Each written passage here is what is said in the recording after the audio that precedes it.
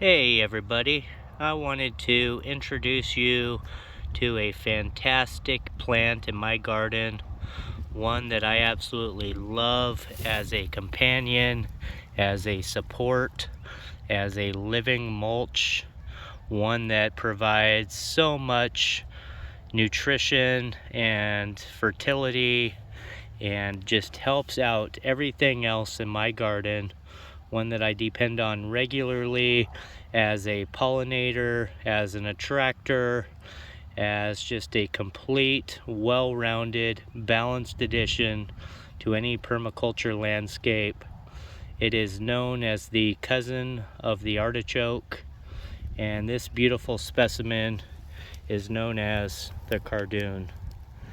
And as my daughter calls it, she calls it a dinosaur plant. It does kind of remind you of a prehistoric plant. It's just so beautiful in the landscape.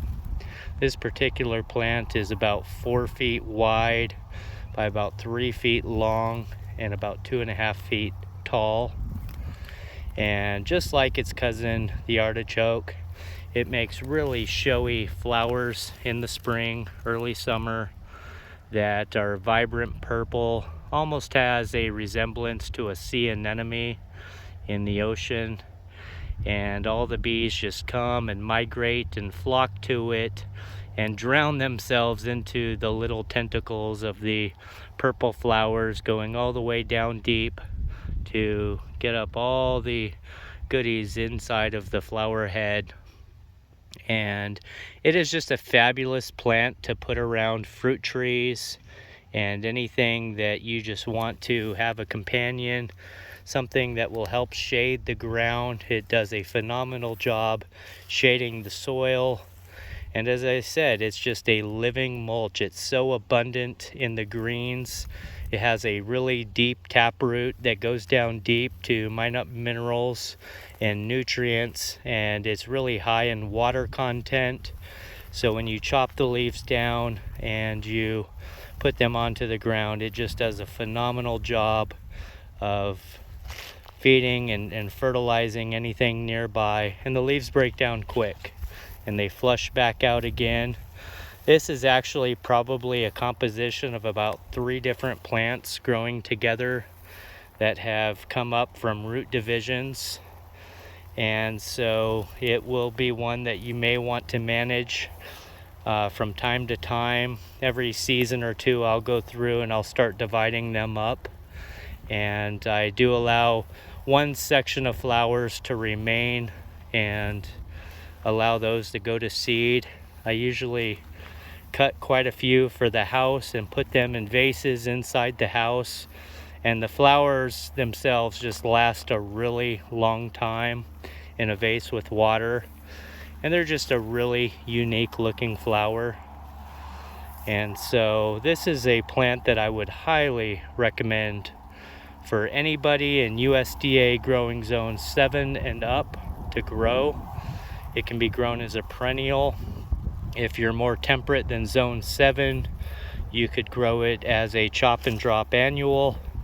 But really your best bang for your buck would be to have it perennialize and just to propagate it throughout your garden, underneath fruit trees, nearby other fruit trees. I've got a mulberry here, and I've got an apple tree right behind it, and a little cherry bush right over there. So it has plenty of various trees around it that I can use the leaves and draw from and help out the surrounding plants.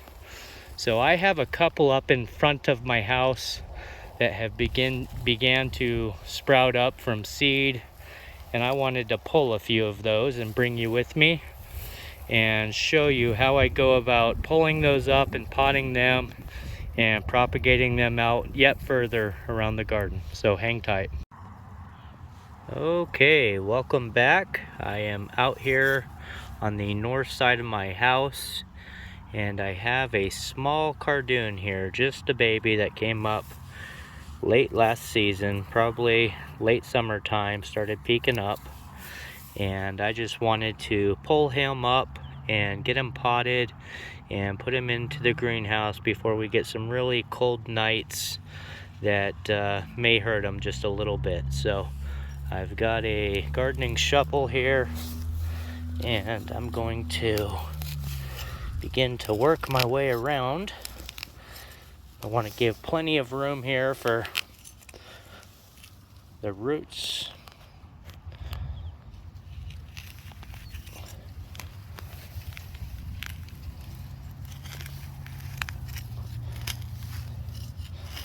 Got some Bermuda grass here, and the tubers on the Bermuda grass are a little tough to get through, but I just, got through it there.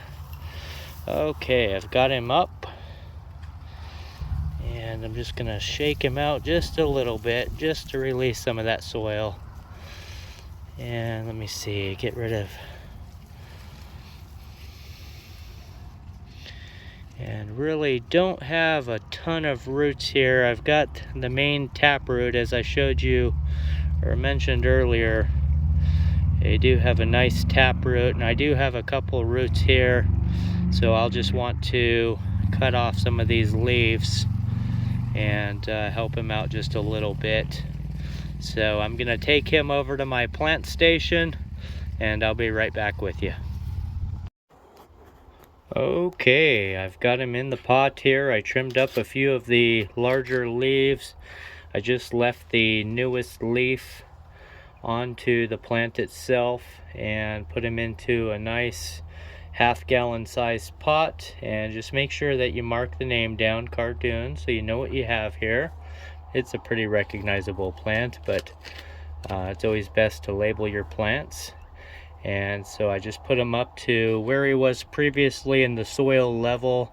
I was very careful with the root that I had coming off, the main taproot, just to make sure I wasn't tapping down around that.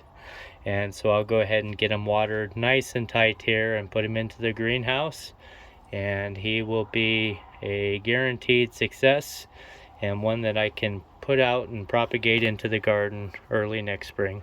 So thank you so much for watching.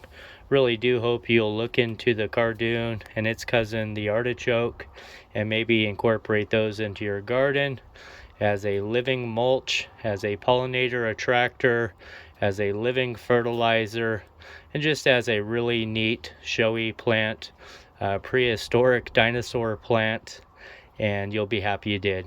Thank you once again. Have a great day, and God bless.